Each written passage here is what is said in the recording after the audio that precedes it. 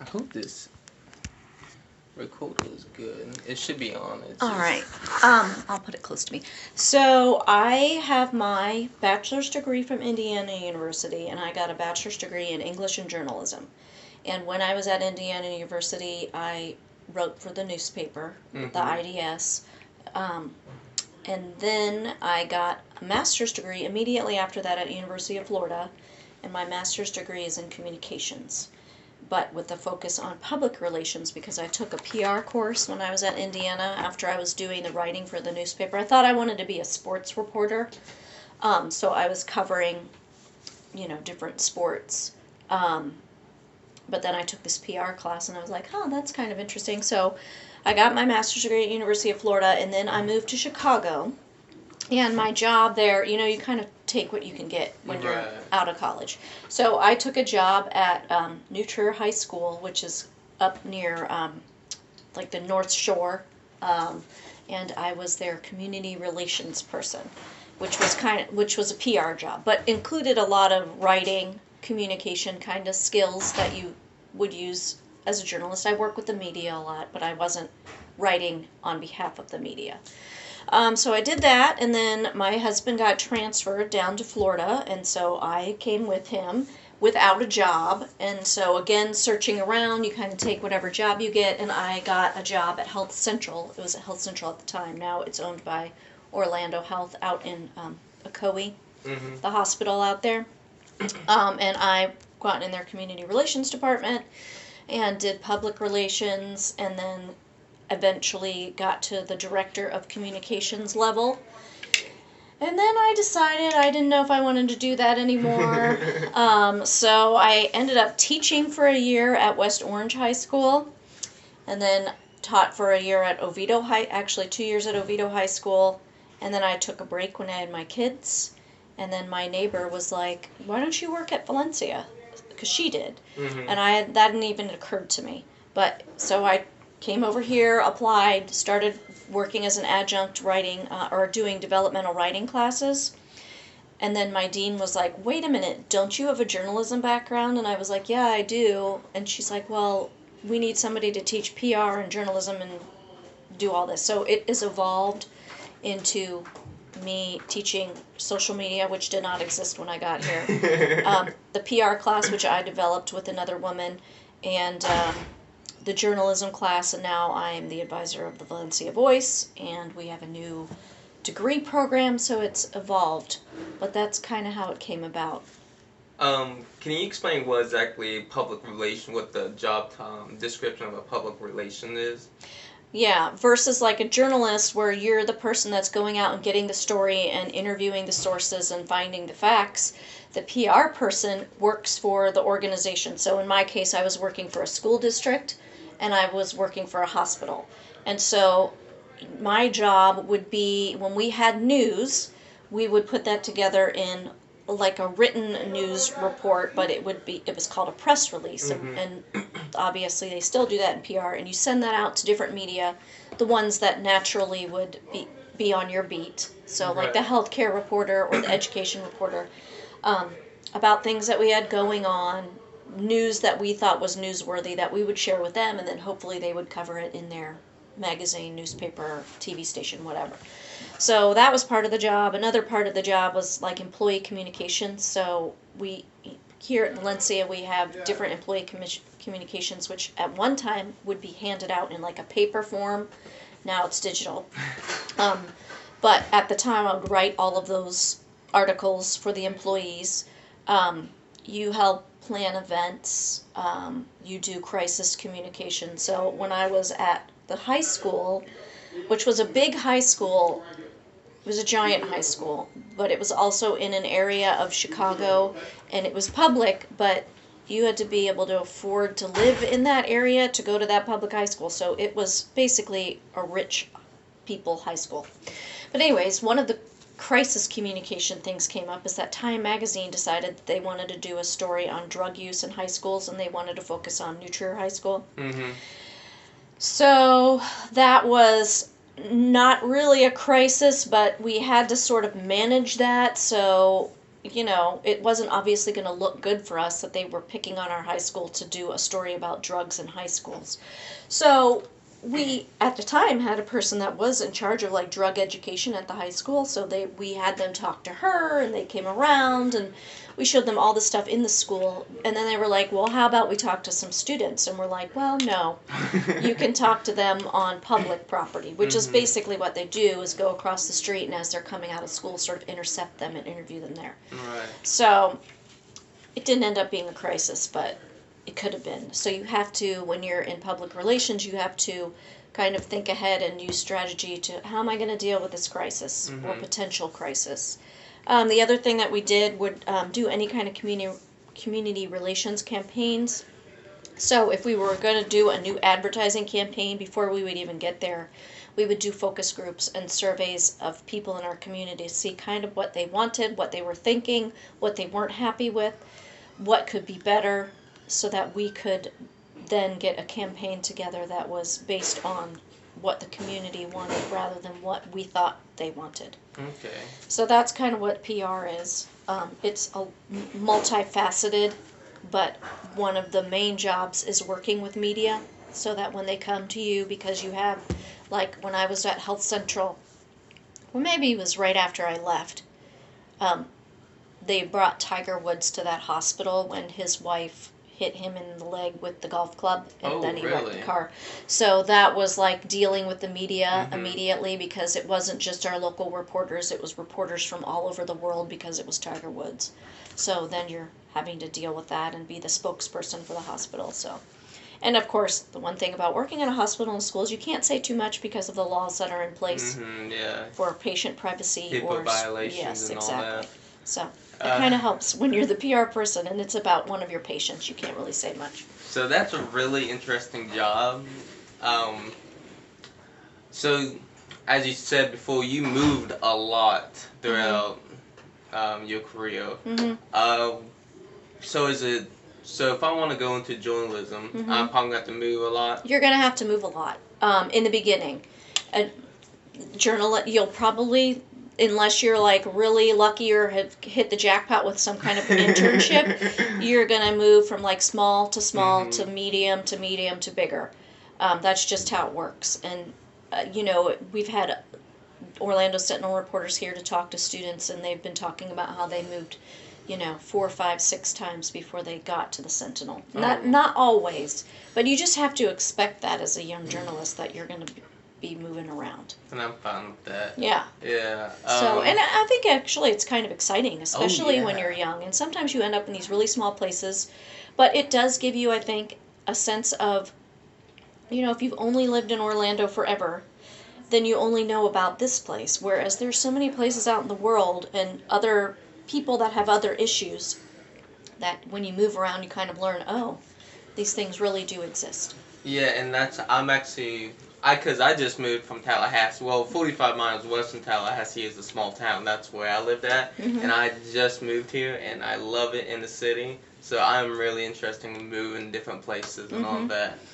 I suppose my next question would be, so let's say I want to get a degree in journalism. What else can you advise to me about getting a degree in journalism? Well, I think that journalism degrees, some places have a little, like they might have sports journalism or some other things, but I would look for, programs that are fairly established, have been around for a while, and take a look at their staff and who's teaching what, because a lot of times you're going to have people that have been in the profession who are now not in the profession because they're teaching, but you might want to look at, see what their experience is based on what kind of journalism you want to do. We have some great programs in Florida. UCF is right here. University of Florida is, internationally known for their journalism program, and I'm biased because I did go there. USF in Tampa has a good program, and they're right next to the Poynter Institute, which is like the national sort of think tank for journalists. So we have a lot of cool opportunities just in Florida, but yeah, you kind of want to see like what their what's involved in their degree, I think, Mhm. what you have to do, like where it can take you, what kind of internships they have, because a lot of times, depending on the school, they will have different opportunities for you. And also, like, do you want to do broadcast? Do you want to do radio? Do you want to do what part of journalism? And some are a little bit more limited than others, and some are like they do all of it. So, and I think now as a journalist, you want to be able to have a little bit of everything because you're going to be expected to do a lot. Right. So you want to make sure that you get a little photography, a little video, a little this, but really the writing skills are what you need to make sure that you know best, because whether you're working for radio, TV, or print or digital, you're going to have to be able to write. Mhm. And I was thinking about the photo photography part. I was thinking since each time I write my articles, they kind of ask for pictures. So I was thinking maybe I can get my camera from up north and bring it down. I can take pictures with students or something. Yeah. Yeah, I think knowing some photography skills is critical, and some of the rules of photography, because we have a lot of people that are trying to submit photos that they've got off Google search. Mhm. And just because you got it off of Google search does not mean that it is copyright available. You have to double check that, because if we start printing photographs that are on Google, if it's copyrighted by someone else, we could be in trouble for that. That's Right. why you have to be very careful about, you know, and simply just saying this photo is from someone, that's not good enough. You have to ask them if you can use it. Oh, really? Yeah, you can't just be like, oh, this is so and so's photo. It's nice that you give them credit, but if they've not given you permission to use it, then that doesn't mean that you're covered. You could still be sued. So, question. For instance, when ESPN had Ninja, the Twitch streamer, on their magazine, and other I'm trying to think what it's newspapers kind of covered that and used the same cover photo that ESPN used. So, did they ask ESPN permission then? Well, so yes, they would have had to. Okay. And the other thing is, like, if ESPN's photographer does not own that, ESPN owns that. Right. So a lot of photographers will like freelance and do their own, because then it's their work and other people have to buy it from them. So that's something that people don't always know either. Like, if you guys write a story for the Valencia Voice owns that story, not Okay. you. So that's just something to keep in mind. Right. Okay. I'm thinking about going to cause broadcast analyst. That's a type of a field for journalism, right? Mm-hmm. And what exactly does a broadcast analyst do? Well, broadcast is a whole different ballgame in some respects, because you're writing for TV, which is still writing, and you still need to know how to use proper grammar and all those kinds of things, but it's a totally different kind of writing style than you would write for print or digital, because when you're writing for TV, you have to write so that everybody understands the words that you're saying. So when you're writing them out, you are spelling them so certain words like phenomenal, for example. Phenomenal starts with the letters PH, but you're writing that on TV, it's F, so that the broadcaster knows that you're saying phenomenal F instead of PH. Oh, really? Just little things like that, because you're writing for TV and you want your TV audience to obviously hear the correct word, and if somebody doesn't know how to pronounce phenomenal,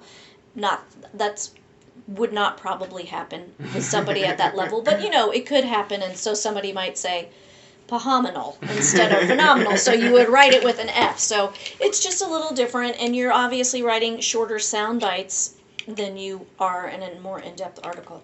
So it's a little different. Plus, you have to know, a lot of the broadcast journalists take acting classes so that they know how to be on camera. That was, like, in our own program, we used to make them take Acting 1 and Acting 2. So, and you have to learn to know a little how to use the camera, how to read off a teleprompter, all these different kind of things that you don't necessarily have to know as a print journalist. Okay, I did not know that. So now I know clear difference between Yeah, the two. there definitely is a clear difference. Okay. Even though the reporting part is the same. Like, you're still going after sources and you're still getting facts. You're just packaging it differently. Okay. Trying to think some more questions. So I'm thinking about going to UCF. after Valencia, and I'm trying. And my advisor, she recommended that I could take some UCF classes, some journalism classes, while I'm still at Valencia. So I think I might do that. You might want to double check that because the journalism program at UCF is a limited, closed program. So you're not really able to take a lot of their classes unless they have only a few elective journalism classes, some of which we have over here, some of which they have over there, but you might want to double check that because I don't know, I don't think they have a ton of elective journalism classes there. Okay. So yeah, definitely double check that. Yes, ma'am, I will. Let's see, we pretty much covered everything. I'm trying to think if there's anything else I could add. What do you want to do? Like, what kind of journalism do you want to do? Well, there's two things. I find the broadcast analysis pretty unique, and also just writing just articles is just pretty fun too. But I don't really know which one to go with. Yeah, and when you go to UCF or UF, you'll have an opportunity to kind of try that out. But the nice thing about Valencia is, so you want to try these things. Try it. If you want to have your own radio show, you can do that here. We have a radio station that's brand new. They're always looking for people to host shows. Oh, really? They will train you in how to use the equipment, and you'll be surprised at how really easy it is to do. Right now, Valencia Voice is actually looking for people to kind of host a Valencia Voice show, which would talk about issues that come up for students. It would be kind of newsy, you know, but it give you the opportunity to practice using equipment, being on radio, just without, like, no one's going to fire you. Right. Our broadcast, we don't have broadcast journalism at Valencia. We do have digital media, which has some of those classes, which you can take and try out. I know Professor McCaffrey's class, there's like digital storytelling, I think, and sometimes he'll assign them to do some broadcast journalism types of news stories that we then put on the Voice page. So that's a place to try out. So that's something I would tell students is, like, you gotta have these clips, they're called, and that would be like anything that you write for the Voice. Or if you're doing Claudine, Professor Tomlinson Burney's podcasting class, she has the Valencia Voice News Minute, which is basically packaging news stories and putting them in radio audio format. You guys just did something like that, right? Yeah, it's on there, but her class is the one that does it. So that class is in the spring. I would recommend that class if you want to test out some of these other things, because she'll take you through the steps of how to tell an audio story versus a written story, which is also different from a TV story. So there's all these different kinds of ways to do the stories, but she will teach you how to do that in that class, which would help you if you wanted to have your own podcast or your own radio program. So that's the great thing about Valencia, is that you can try all these things here to sort of see, okay, what's my favorite before I go on to UCF or USF or UF. So that's what I would tell you and any of the other new student experience students. That's actually really cool. I'm gonna have to look into that. About the radio show, how do I go about that? John Q is the kind of station manager over there, and you can go over there. Well, I'll email you his email. I'm hoping that he's going to come to a Voice meeting. Maybe I'll invite him to the party. Oh, yes. That's what I might do, is invite him to the party and see if he could just come and just talk for a few minutes about opportunities. Because like I said, we've been trying to get somebody from The Voice to do a story or a podcast for 2 years, and we've not been successful. So, like, that could be your thing. You could write some stories in the meantime if you wanted, but you could be the Voice radio show host. That sounds fun. And then you could schedule the whole thing. You could have the guests, you could have whatever topics you wanted to talk about. You know, you kind of would maybe go from some of the stories that we already have on the page, but, you know, you could invite whoever the editor-in-chief is, come in, talk. You could invite Rob or myself or however you wanted to. I could help you structure that, but that might be something you want to do. That's actually, that's probably something I would like to do. So thank you for that. Yeah, and the nice thing is, you could do it on your own, whatever fits with your schedule. Oh, really? They have live shows, but you can also record the shows and then have them on later. So it sort of depends when the studio is available. Because Okay. more and more people are getting interested in it. So studio time is maybe a little harder to come by, but John could tell us that. Okay, that's awesome. But yes, please send me that email because that's something I'd be interested Okay, in. yeah, I'll send it to you. Actually, I think I have your phone number, don't I? I can text you his phone number. Did you? I don't know. I feel like I did get yours, but let me look. Sam is really cool. I like Sam. Oh, good. Well, he just got accepted to Florida. No, That's I don't. great. I got congrats him. Yeah, so go ahead and put yours in there, and then I'll send John's information to you. Oops. Yeah, he got accepted to Florida. He's going in January. I know he's been waiting for that. Yeah. Oh, oops. I'll tell him on Thursday. That's usually when I meet up with him. All right, so let me. All right, so, I have to remember how to do this.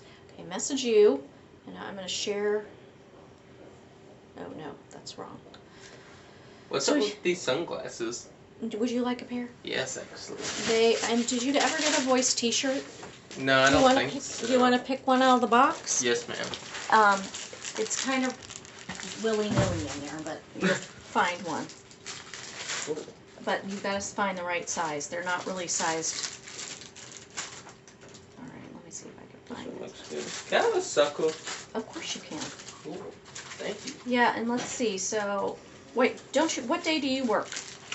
I woke on, like my actual woke. Mm-hmm. I don't know. The schedule usually changed, but this week I woke today, tomorrow. Well, tomorrow I might get off tomorrow, and I don't know for the rest because my schedule comes out on Thursday. Oh, where do you work? AMC in Disney Springs. Oh, okay. Let's see, radio contact. Okay. So I'm just sending it to you right now. All right, so I just texted that to you. That's his name. His John name is Q? John Pierce, but he goes by John Q. And that's his phone number. I don't know if I have his email. I need to put that in there. But yeah, you can give him a call and just say you're maybe interested in doing a radio program for The Voice. Mm-hmm. And I'm sure he can give you a studio tour, which is in the brand new building down here by Building 1. Brand new building. Yeah. Let's see. It's not. It was brand new last year, but you're here this year, so you're like, oh, it's just part of the campus. But so there's Building 1, and then past that is this it's called the School of Arts and Entertainment building. Yeah, I've seen that. It's in there. Okay, so that's new. Mm-hmm. Yeah. Okay. I think that's everything. I better not keep this recording too long before my teacher's like, the rest of the point.